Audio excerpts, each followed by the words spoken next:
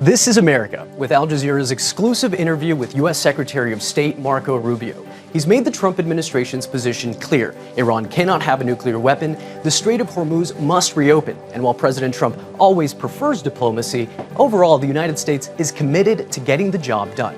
Here's Anna Burns-Francis. Thanks, Manny. Marco Rubio is arguably the second most important man when it comes to setting the foreign policy of America. Today, we'll take a look at where his strategy is taking the country. Be it Venezuela, Ukraine or Iran, Rubio is the man tasked with ensuring America's agenda is successful. Whether it is depends on your point of view. Now he's sat down for a wide-ranging interview with Al Jazeera about the conflict, what it hoped to achieve and where those hopes lie now. We'll be breaking all of this down with a range of guests and correspondents throughout the show. Richard Gaisford is at the State Department for us today, and our America's Bureau Chief, Hashem Ahelbarra, joins us in studio to discuss his interview with the Secretary of State. We'll also be joined by diplomatic and former administration guests to share their thoughts and insights into where this war is headed. But first, here's a short taste of what's to come. The Iranian regime can never have nuclear weapons. The United States is committed to finishing the job. The Strait of Hormuz will be open. When this operation is over, it will be open. It's very opaque right now. It's not quite clear how decisions are being made inside of Iran. If we decided tomorrow that we were going to remove our troops from Europe, that would be the end of NATO. The Secretary of State's been a prominent face of America's war on Iran, now in its fifth week. So, how does America's principal foreign policy advisor see the hostilities ending? And how did the US, under a president who promised no new wars, find itself in an expanding global conflict? Let's take a listen to Secretary of State Marco Rubio. Well, there's messages and some direct talks going on between some inside of Iran and the United States, primarily through intermediaries, but there's been some conversation. And I think the president always prefers diplomacy, always prefers an outcome. And we could have done this before. I mean, imagine an Iranian regime who, instead of spending billions of dollars supporting terrorist groups and building up all these weapons, had invested that money into Iran, for the people of Iran, so they wouldn't have water shortages, so their economies would provide opportunities for an incredible people. The people of Iran are incredible people, very resourceful, very entrepreneurial, but it's their regime that's been a problem. And instead, they've chosen to spend the wealth of their country to support Hezbollah and Hamas and Shia militias inside of Iraq, and to try to destabilize Syria when Assad was there, and all over the world to sponsor terrorist plots and build these drones and build these weapons to threaten their neighbors unnecessarily. So we would always welcome a scenario in which Iran was led by people that had a different view of the future and had a different view. And if that opportunity presents itself, we're going to take it. What are your main demands for Iran at this particular stage of the war? Iran can never, the Iranian regime can never have nuclear weapons, and they need to stop sponsoring terrorism, and they need to stop building weapons that can threaten their neighbors. These short-range missiles that they're launching, they only have one purpose, and that is to attack Saudi Arabia and the UAE and Qatar and Kuwait and Bahrain. That is the range of these weapons. And they have thousands of them. They've built extraordinary numbers of them, and not to mention, you know, their desire to have this nuclear weapon to threaten and blackmail the world with. That will never be allowed to happen. It's too great a risk. What would you consider to be the minimum concession from Tehran to bring this conflict to an end? I think they have to take demonstrable steps towards ending any ambition of having nuclear weapons. If what they want is nuclear energy, there are multiple countries in the region that have or will soon have nuclear energy, and they're going to do it through a well-established mechanism that everyone else has agreed to, and that is that you allow imported fuel you import the fuel, and that fuel is used to power up your power grid and provide energy resources for your people. What they cannot have is a system that allows them to quickly weaponize it. They have to stop making all of these drones and all of these missiles. We saw recently where they've lied. They said they didn't have long-range missiles, and then they fired two that extended well beyond the range of what their own foreign minister just a few days earlier said they didn't have the range to reach. So they have to abandon all these weapon programs and all of their nuclear ambitions. And if they do that, then Iran's future can be bright. But they have to choose that path, and for 47 years they've refused that path. The role of Secretary of State is, of course, run out of the State Department. It leads America's foreign affairs. Let's go now to Richard Gaisford, who joins us from the State Department. And Richard, the State Department's supposed to take the lead on foreign relations, but this is a conflict that has been publicly led by the president a lot of the time. So how does Marco Rubio manage that? Yeah, well, I think you can say that Marco Rubio is the man in the background who's been building the framework. He's very much aligned with this idea of putting maximum pressure and maintaining that pressure on the Iranian regime. You're right, he's a big supporter of Donald Trump, a big backer of this war.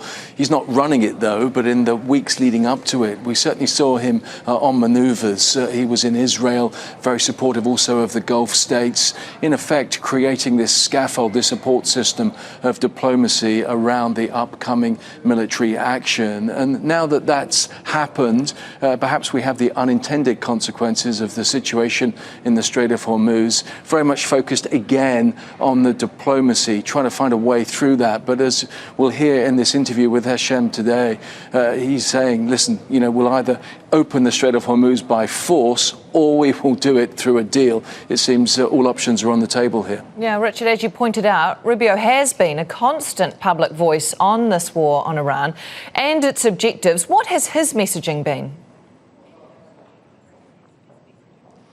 Well, perhaps at the start it was seen as slightly confused. He was accused by some, even within the Republican Party, of effectively doing Israel's work. You might recall in the 2 days after the conflict started, he said that the Americans jumped in before Israel because they knew the Israelis were going to do something. Since then, he's perhaps been used as the person who explains best what the Americans are trying to achieve. We saw him doing that, speaking quite firmly to G7 foreign ministers at that meeting in France last week. That's where he said he didn't believe that ground troops were needed to achieve the goals.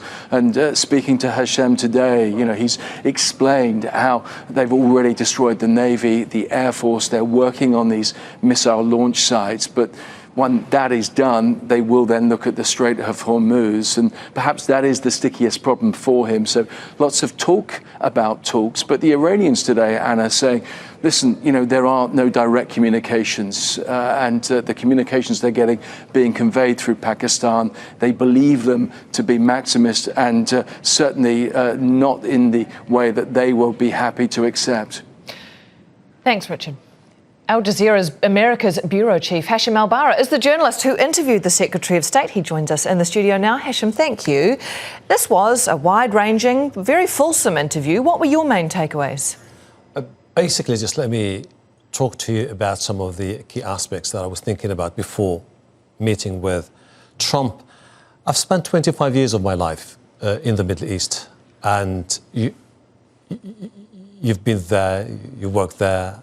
You know how it feels now for people, seeing the relentless bombardment, the anxiety, the fear.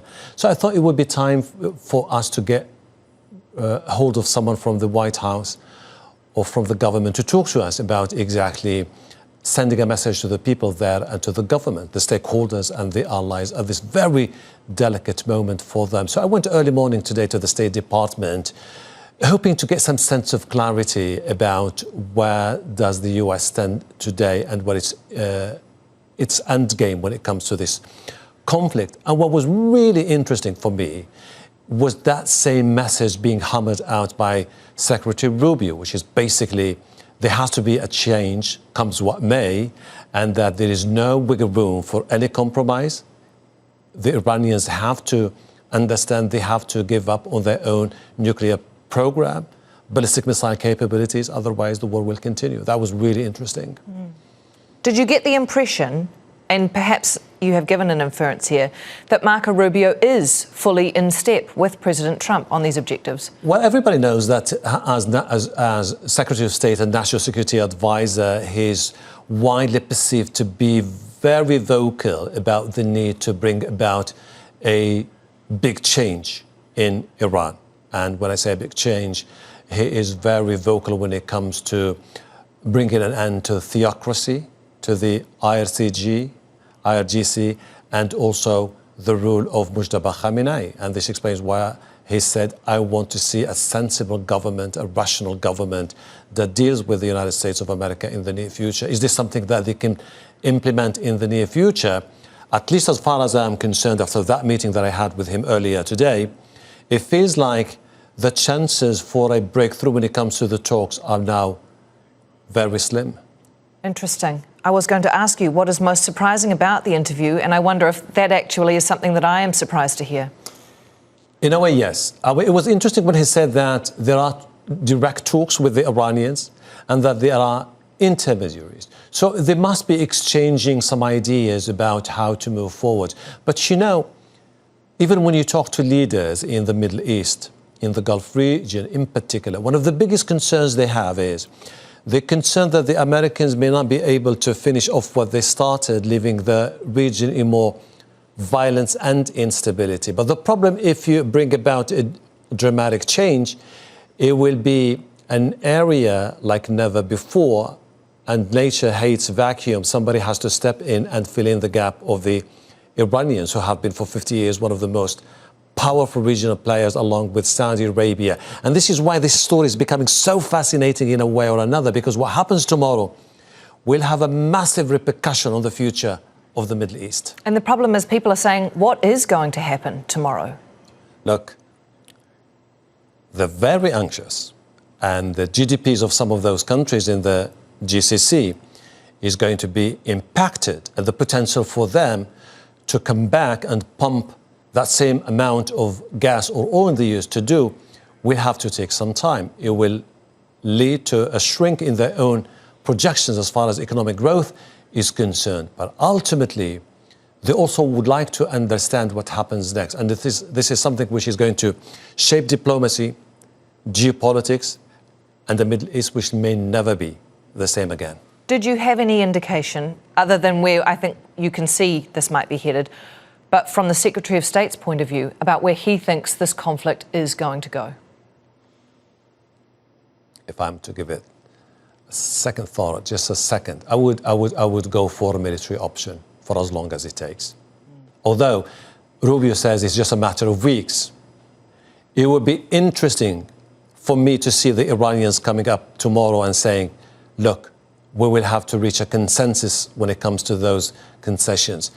Iran has that sense of national pride over the 50 years that it's always going to be our own way. Tomorrow, if they make major concessions, it will be widely seen as an act of capitulation, which is going to further undermine the regime there and the political establishment. So whatever agreement they will come up with the Americans, it will be really interesting to see and monitor. And it doesn't appear that we are at that point yet. Hashem, thank you very much. And well done on the interview. Right, well, as Hashem just mentioned, the Secretary of State was at pains to point out this was a war that would continue until America felt its objectives had been achieved. But our objectives here from the very beginning had nothing to do with the leadership. But would we love to see a difference? Do we think the people of Iran deserve better leadership than what they've gotten from the clerical regime? 100%. Would we be heartbroken if there was a change in leadership? Absolutely not. If there's something we could do to facilitate that, would we be interested in participating? Of course. But that was not the objective of this operation. The objective of this operation was, which I outlined now and the President outlined clearly on the first night, is the destruction of their Air Force, which we've achieved, the destruction of their Navy, which we've largely achieved, the destruction of their factories, which we are well on our way to achieving, meaning factories that make these weapons, and significantly reducing the number of missile launchers that they have so they can't continue to threaten their neighbors and America. Those were our objectives. That's what we're focused on, and that's what we are well on our way towards achieving. Well, let's go back to Richard Gaisford, who is, of course, at the State Department. Richard, you have just heard from the White House administration. Yeah, I think some really interesting conversations will be going on here between the diplomats at the State Department and their Gulf allies based on what's just come out of the White House. Caroline Leavitt is giving a regular press briefing, and she's been asked whether Arab countries should step up to pay something towards the bill for this war. And you've heard from Hashem there that he believes that Marco Rubio will be happy to go for as long as it takes militarily. Well, that is expensive. And she has said in response to that it is something she believes the President would be quite interested in calling on them to do. And she suggested that we will be hearing more from the President on that in the coming days. So that would be something of a development because, of course, so many of those Gulf countries, those Arab states, felt that they weren't expected to become a target suddenly of Iran once Israel and America went in with their initial attack, but are now very much paying the price themselves and could be presented with something of a bill from here in Washington. Richard, thank you for the update. Of course, Marco Rubio is one of the most recognisable faces in American foreign policy, and now he's one of the key architects of that US response to the war in Iran. The Secretary of State's gone from rising political star to the centre of one of the most consequential conflicts in the world today. Manny Rapolo takes a look at the rise of Marco Rubio and the role he's playing now. A generation drowning in debt. For years, Marco Rubio has positioned himself as a strong believer in American exceptionalism. Now look, at the turn of the 19th century, a generation of Americans harnessed the power of the industrial age, and they transformed this country into the leading economy in the world. And the 20th century became the American century. Well, now the time has come for our generation to lead the way towards a new American century. And that worldview is now shaping how the United States is fighting and talking about the war in Iran. But how did the son of Cuban immigrants become America's top diplomat? This is Marco Rubio talking about just that before his 2010 first Senate run. Because it is. They've worked very hard, and they've given up a lot, and they've sacrificed. You know, their single mission in life was their kids and our ability to fulfill our dreams and our potential. But it's also a testament to America. Rubio's political career began in 1999 when he was elected to the Florida House of Representatives, where he served for 8 years. Rubio would later run for president in 2016, but later endorsed Donald Trump as a Republican nominee. Rubio would remain in the U.S. Senate until 2025, when he was tapped to lead the U.S. State Department during President Trump's second term. As Secretary of State and also National Security Advisor, today Rubio is the most influential American diplomat since Henry Kissinger. I also want to thank the man they report to, Secretary of State Marco Rubio. Thank you, Marco. On foreign policy, Rubio fully embraced Trump's vision on Iran. We're going to destroy their factories that make missiles and rockets and drones. We're going to destroy their Navy. We're going to destroy their Air Force. And we are going to significantly destroy their missile launchers so they can never hide behind these things to get a nuclear weapon. That message, support for regime change, heavy pressure on Iran, has remained consistent throughout Marco Rubio's political career. But now, as Secretary of State, he isn't just shaping rhetoric, he's shaping strategy. The U.S. Secretary of State has projected confidence in U.S. foreign policy, despite heavy pushback and concerns over U.S. war spending and how long the conflict might last. But I want everyone to know your military is getting the job done, and every single day, this regime in Iran has less missiles, has less launchers, their factories work less, and their Navy is being eviscerated. And the world is going to be a safer and a better place when this mission is accomplished. Marco Rubio shares a belief that American strength, not restraint, is what ultimately shapes outcomes. But whether that vision holds remains an open question. Because as this war unfolds, the U.S. Secretary of State isn't just managing a conflict. He's helping define what American leadership looks like in a rapidly changing world. Manuel Rapalo, Al Jazeera, Washington. Well, Marco Rubio's interview with Al Jazeera marked the first time the Secretary of State has sat down with the network to discuss why that matters and what he said. We're joined now by our guests in the studio, former US diplomat Donald Jensen and Republican Party strategist Adolfo Franco. Thank you both for coming in. Donald, I'll ask you first, why is Marco Rubio doing these sorts of interviews? Why is he giving you that is a question, isn't it? I think he's appealing, trying to appeal, reach out to the audiences in the Middle East, where their world has been shattered in many cases. I think the U.S. administration realizes probably that it's in a relatively vulnerable position politically, not only in the home but in the region. And I think this is not just a military operation. This is about building perceptions, about strengthening U.S. alliances in the region. And this is really a chance to do that. Whether it will work, I'm not sure. But he's trying, and he is probably seen as the most competent foreign policy administration official in the Trump administration, not to criticize anybody else. But he has a lot of experience, as we saw in your interview. He's very articulate. He made the points clearly and well. I think that might help rally people who are undecided about this war or have misgivings about it to the U.S. side. We'll have to see. Would you agree with that perception or that assessment of Marco Rubio's position and his ability to do this job, Adolfo? Well, entirely. I agree with everything that's been said entirely. There are a couple of things. Sometimes in U.S. politics, you can't get ahead of the president. The president needs to speak. But I think Don is absolutely right. This is geared to a Middle East audience. It will be carried in the U.S. as well. But you don't want to overshadow President Trump, and I don't think he has. So he's being used, and he's using his platform carefully to do so. So I think he's expressed it very well.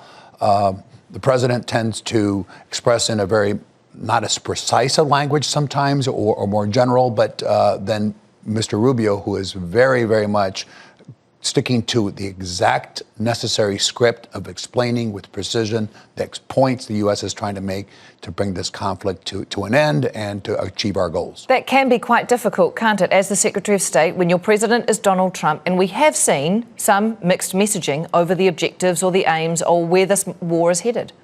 Well, it is. I will say this about President Trump. President Trump was also effective with another audience, which is the domestic audience and the audience. You know, I know Donald Trump, and he's a very sophisticated individual, but he's reaching out to a large swath of supporters that understand him and the simplicity sometimes of his language, and that is a little bit different than Secretary Rubio, and it's probably why Donald Trump was elected when Secretary Rubio was a formidable candidate in 2016, among other really recognized veteran Washington and national Republican figures, is because of Donald Trump's style that appeals to voters. So there's a role for each of them. The objectives of this war have been wide-ranging, and at times that has been a message that many have said has only complicated America's intentions in Iran. The Secretary of State has been consistent in his messaging that the agenda is on track. We've destroyed their Navy. We've destroyed their Air Force. We are well on our way to destroying the majority of their arms factories. And we're well on our way to significantly degrading their missile launchers. When those objectives are achieved, we will have achieved the purpose of this operation. And that's something that's not going to take months. That's a matter of weeks. I'm not going to tell you exactly how many weeks, but a matter of weeks, not months. Donald, weeks, not months. Is that a realistic assessment? Let me put it this way. It was probably the clearest explanation of administration goals and intentions that I have heard since the 31st day, the 31 days the war has been going on. What's also interesting is what he did not say, and also what he half said and implied. Number one is the abandonment of the regime change goal, strategy, which is not mentioned at all by Secretary Rubio. He clearly tried to reset it to a more military outcome, not looking at some of the alternative, sometimes unpleasant scenarios that might happen. Number two, I took his comments almost as an implied threat to NATO. If you don't get on the wagon now, there's going to be trouble down the road. And certainly the European allies are extremely sensitive, not just Spain, to the way they've been treated over the past year. And third, there's nothing at all about Russia, who is actively assisting the Iranian side, and I would argue is responsible for the deaths of American soldiers. There was no mention of all that. And these wars are now blending together in a way that it's hard to talk about one without the other. And Rubio carefully and clearly, as we just said, made these goals A, B, C. That's what we are going to now fight for, he said. And this other stuff was sort of put to the side or ignored or implied that something will happen down the road. Can I play devil's... I'll give you a moment to respond, Adolfo, but can I play devil's advocate here, Donald? That is the job, to stay focused on some very specific objectives in one particular setting or scenario. It is, that very clearly. I thought he did it well. But again, I don't necessarily agree, but he did it well. And certainly when there are a lot of questions over this 31 days raised about the conduct of the war by the Washington, about what the goals are, what mistakes are made, and the very soon, as the Secretary said, impending issue of dealing with the straits. This requires a very clear argument about what we want, how we want to do it, and as he admitted, we need our allies to help us. I want to get to the Strait in a moment. Adolfo, can we look back at that quote there from Marco Rubio, talking about what has been destroyed, the Navy, the Air Force, well on our way to destroying the majority of arms factories and the like. It is, my understanding from the assessment, or would it be, perhaps you can explain to us, not quite difficult to measure the actual level of damage done to those resources and to that infrastructure? Does that not complicate things that a lot of it is buried underground or the quantity is just not known? Well, let me first say that's an excellent question, and the answer is a fair question. I don't think we really know. We really don't know. We do know there's a vast network of underground missiles sites that are actually a railways that exist between the mountains in Iran, and they're easily deployed once one is attacked. So we don't really know the answer to that. And the secretary even admitted we didn't know that they had missiles that could reach almost Diego Garcia, twice the distance. So we don't know all of the picture, but we do know this, that their ability to conduct the type of retaliation that they're doing has been degraded. That is significant. To what extent, we don't know. I think it's probably still a ways to go, considering the level of attacks that we still see, to achieve those goals. But let me just say something beyond. I think frankly, I thought the objectives were laid out very clearly from the beginning. Maybe not as articulately as Secretary Rubio has said.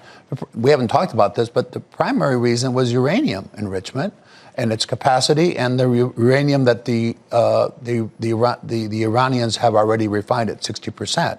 That was the number one objective, as well as age of the proxies, the missiles, and so forth. But this is still something that we need to address that hasn't even been addressed in this conflict. Can I ask you on that note, though, because the public messaging was around a lot of the time the use of the phrase imminent threat and whether Iran constituted an imminent threat. And that was certainly more of a debate. And I guess your messaging around the reason for going to war can be different from the objective of going to war. But was that not why the public thought America had launched this war?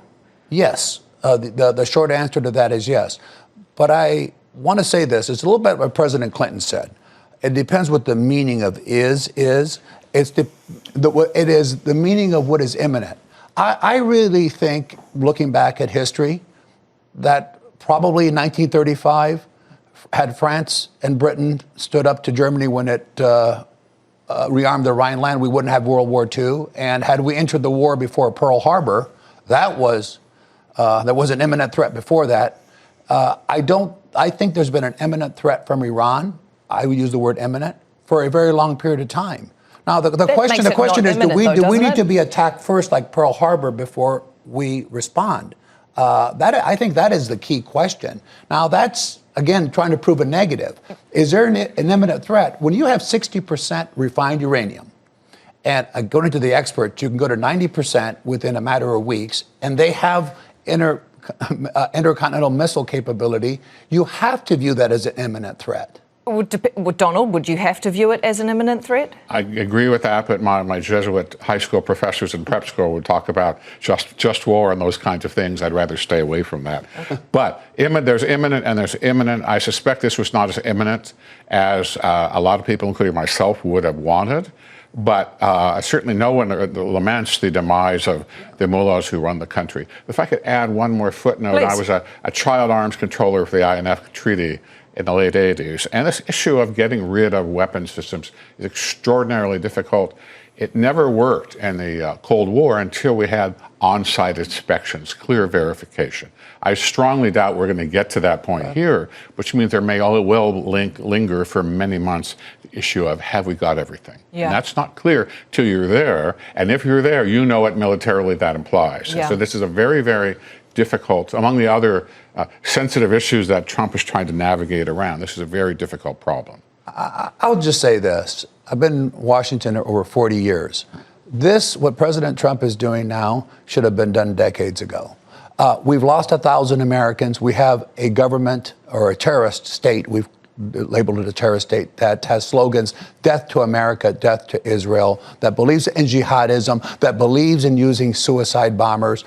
If that's not an imminent threat to the United States, what is? But isn't it that those are, at the end of the day, the fact that nothing has happened after those words that posed a physical or military direct threat to the United States, not proof that it was not an imminent threat? You could have a million reasons for going to war. But Anna, does that mean that if a regime of this type that can develop nuclear weapons in a matter of weeks, I think everybody agrees with that. Their own admission is they have nearly 560 kilos of refined uranium and the intermediate missiles, continental missiles to deliver it. Are we going to sit and wait until the strike happens or it's too late? I just don't understand how that is not an imminent threat.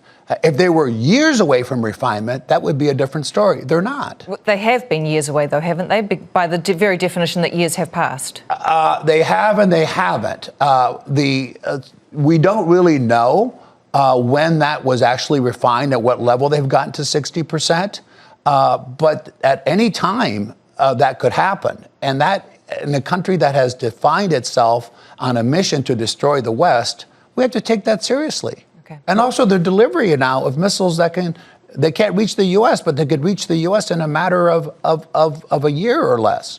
Well, the Secretary of State says Iran's retaliatory attacks since February 28 prove the military action taken by the U.S. was needed. They've also attacked embassies, diplomatic facilities, which is unheard of. They've attacked airports, which is unheard of. This is what they've done. And this is a weakened Iran. This is an Iran that's weaker than it's been in 10 years. Imagine 5 years from now or 3 years from now when they had more missiles, more drones, what they would have been willing to do to their neighbors and to us. That was intolerable. All right, Donald, I think there's no disagreement that it's fair to say Iran has been weakened by the US military action.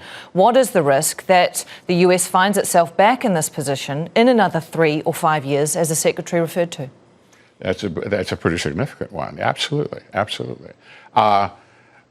We have a political dimension here we don't talk nearly enough about, which is to say that Trump is facing elections in Congress. He's facing a very low poll rating. And this, no matter what we argue for or against being an imminent threat, this raises all sorts of questions among his electorate, which has already been narrowing, I think. So he's got a very, very, very difficult road to navigate.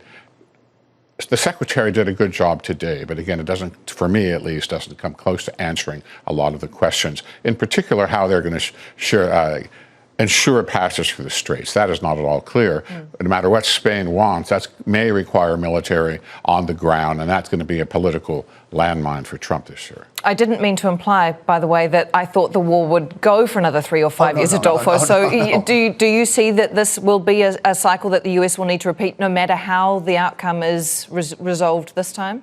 It depends, and it depends how this chapter is closed. If there is regime change, which again is a desire, and has always been a desire of the U.S., that there be regime change, but not a prerequisite, and the capabilities of Iran are beyond degraded, but are almost non-existent, then there might not be the need to return. But that is question right now, the Secretary of State, getting this job done at this time.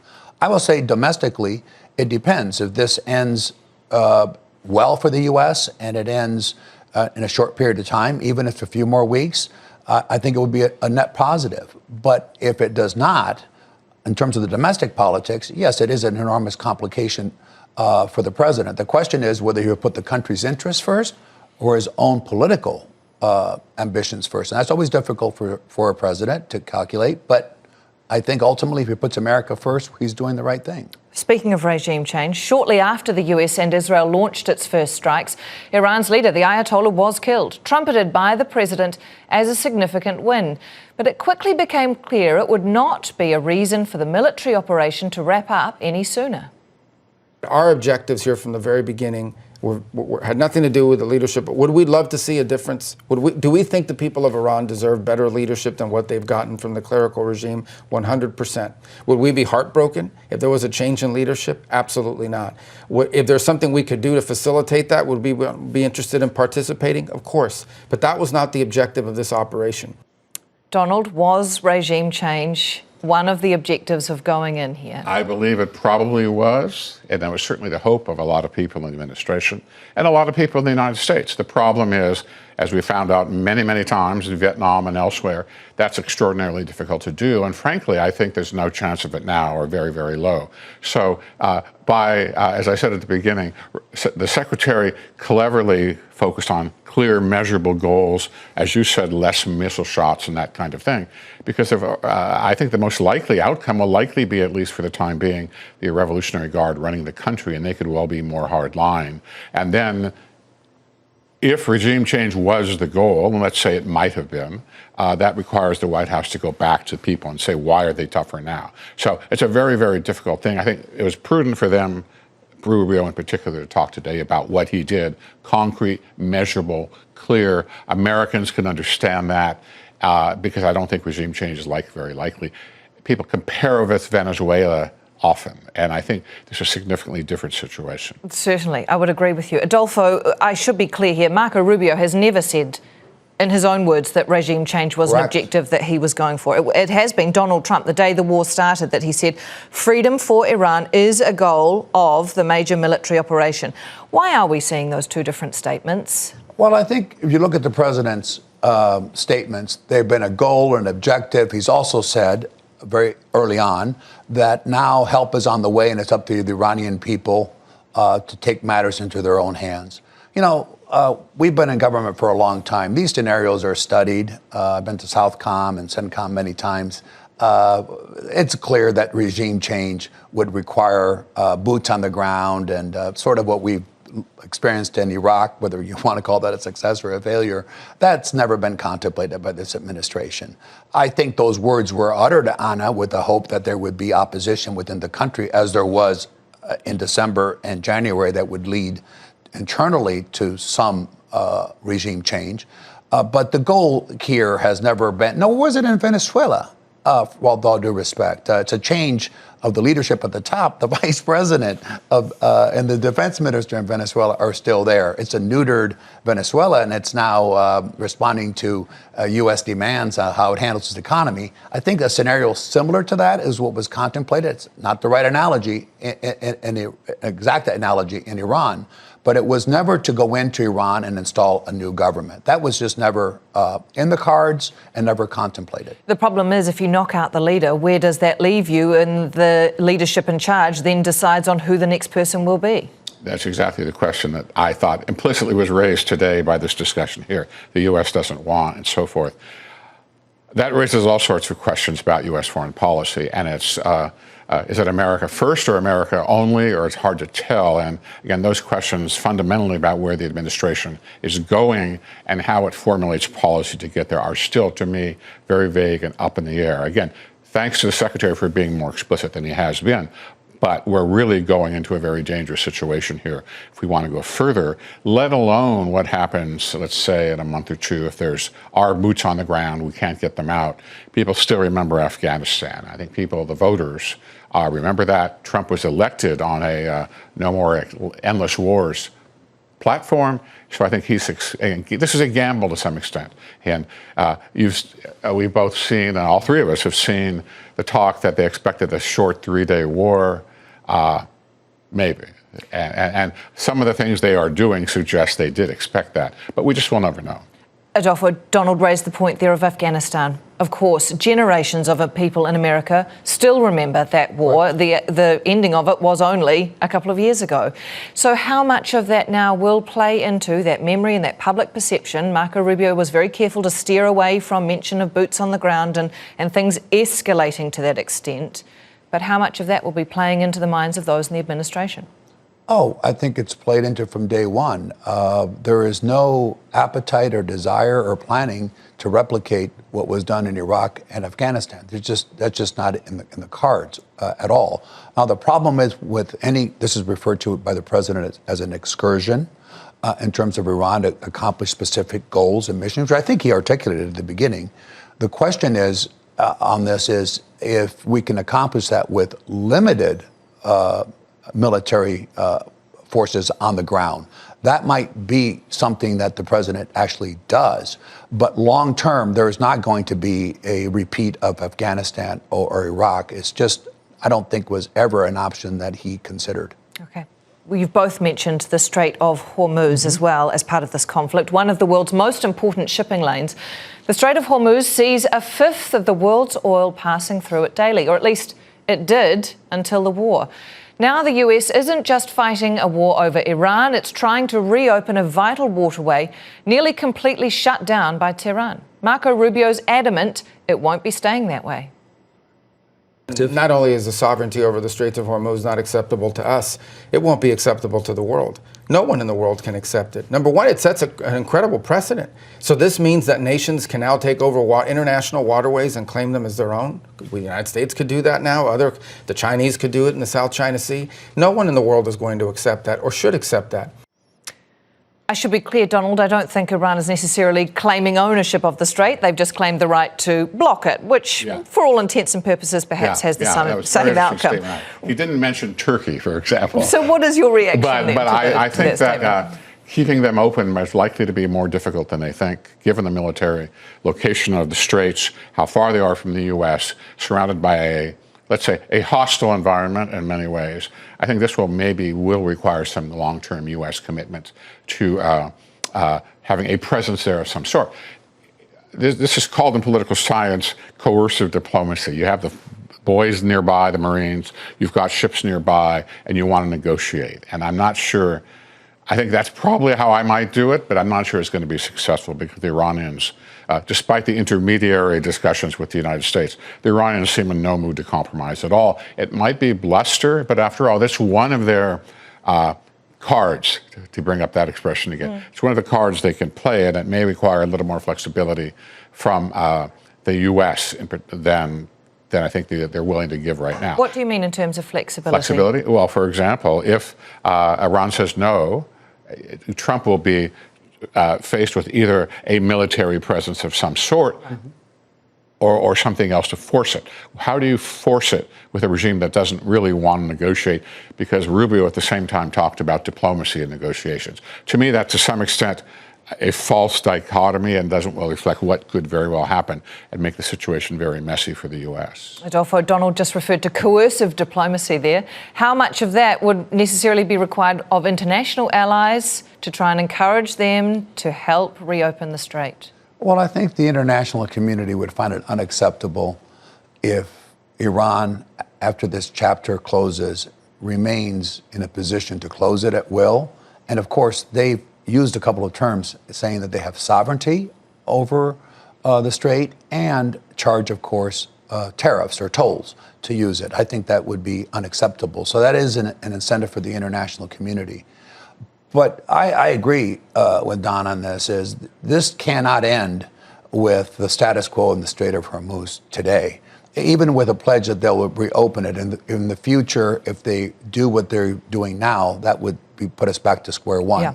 So therefore, it is more likely than not that we will deploy forces. That is coercive diplomacy. I think we will deploy forces to take Karg Island and other islands along the strait to ensure the passage of these vessels safely. And of course, by taking Karg Island, you deny Iran its oil revenue. And that is, again, an enormous, if you will, incentive for Iran to come to the table. But there's just no way the president could declare victory and have the world perceive that Iran can repeat this closing of the Strait of Hormuz. It's just unacceptable. It would also have terrible consequences, wouldn't it, if you took over Karg Island, with perhaps leading to a failed state of Iran, and then what happens to the entire country after that? That's true, but even back to our earlier conversations, you know, there's a lot of planning that goes into these things, but you can't script a war. That is always, people say, oh, what is the outcome? We can have goals and objectives, but as the war or the excursion, or one wants to call it, it takes on a life of its own, as we've seen. We haven't even talked about Yemen, the Houthis, the rest is going on in the region. I've got the notes. No, but the point is, you can't script it. That is the danger of doing something. But we did know that Iran was very likely to close the strait, did we not, gentlemen? Yes, of course, but that has, you know, I've seen that in, not on Al Jazeera, but in other American press that frankly is not as thoughtful. And that is, of course, that has been in the planning. If you go to CENTCOM or SOUTHCOM or any of these operations, of course, this has been planned by, even Admiral Cooper knows this, our fleet commander, that's been in the planning. The question is, when they do it, what does it take and how long will it take to open it? And what are the options? But this is not a surprise to our military, to the president or others. The Secretary of State also focused on US relations with key allies, including NATO and its partners across the Gulf. Let's take a look. Do you believe the EU and NATO countries betrayed the US at this crucial moment? I think it was very disappointing. You have this, and again, look, the president and our country will have to re-examine all of this after this operation is over. But one of the reasons why NATO is beneficial to the United States is it gives us basing rights for contingencies. It allows us to station troops and aircraft and weapons and in parts of the world that we would normally have bases. And that includes in much of Europe. And to see that in a time of need, the United States has identified a grave risk to our national security and our national interests, and we needed to conduct this operation. And we have countries like Spain, a NATO member, that we are pledged to defend, denying us the use of their airspace and bragging about it, denying us the use of their bases. And there are other countries that have done that as well. And so you ask yourself, well, what is in it for the United States? And I've been a big supporter of NATO. And one of the reasons why I've been a supporter of NATO is because I believe that these basing rights give us leverage and give us flexibility and operational capability all over the world. But if NATO is just about us defending Europe if they're attacked, but them denying us basing rights when we need them, that's not a very good arrangement. That's a hard one to stay engaged in and say this is good for the United States. So all of them's going to have to be re-examined. Well, much of Tehran's retaliation for the US-Israeli offensive has focused on American allies in the Gulf. Allies who've housed US troops for years have become the target of Iranian missiles and drones. Marco Rubio's vowed to support them as they face this onslaught. If you think about what they've struck in the region, what has Iran gone after? It's been energy infrastructure against countries that were not waging war against them, but yet they went after these countries nonetheless. This is why they built these missiles and drones in the first place. But they've also attacked embassies, diplomatic facilities, which is unheard of. They've attacked airports, which is unheard of. This is what they've done. And this is a weakened Iran. This is an Iran that's weaker than it's been in 10 years. Imagine 5 years from now or 3 years from now when they had more missiles, more drones, what they would have been willing to do to their neighbors and to us. That was intolerable. That's why this needed to be done now. The United States is committed to finishing the job. We're working very closely with all of our allies, work very closely in defensive. Yes, unfortunately, drones and missiles get through from time to time, but the overwhelming majority of these launches are defeated. They're shot down before they reach their intended target, or the destruction would be far worse. These are strong, stable countries in the region. These are our allies. These are our friends, and we are going to continue to be there and support them as they face this onslaught. Interesting comments there, Donald, from the Secretary of State about relationships with allies. I want to talk about NATO allies first there. Do you see a marked shift at the end of this conflict in the US relationship with NATO? I think this will likely be perhaps judging from those comments that the Secretary made. I think, again, as I said earlier, I think the Secretary's phrasing was very interesting. Basically, almost threatening some kind of re-examining of the relationship, declaring that we, the U.S., decided this attack was necessary, and maybe it was, and then expecting them to follow along. And if you talk to our friends in Brussels and London and elsewhere, Berlin, they will say, we weren't told about this at all, and you expect us. This is a fundamental and simple thing to understand, but a very, very damaging perception. Because after a year of, and I wouldn't include Secretary Rubio in this, but after a year of relatively strong anti-European rhetoric from the White House, to turn around, attack, and say, we need you now, I think is expecting a lot without greasing the wheels a little bit. And there's not enough evidence to me that this was done adequately. Given the decision that, as my partner here said, we've known this all along, why weren't things made more smoothly? And this gets to a fundamental issue about the administration messaging on its foreign policy, which I think putting Rubio out there did such a great job today, but everybody knows, as they say, everybody knows that not everybody in the administration thinks the same way.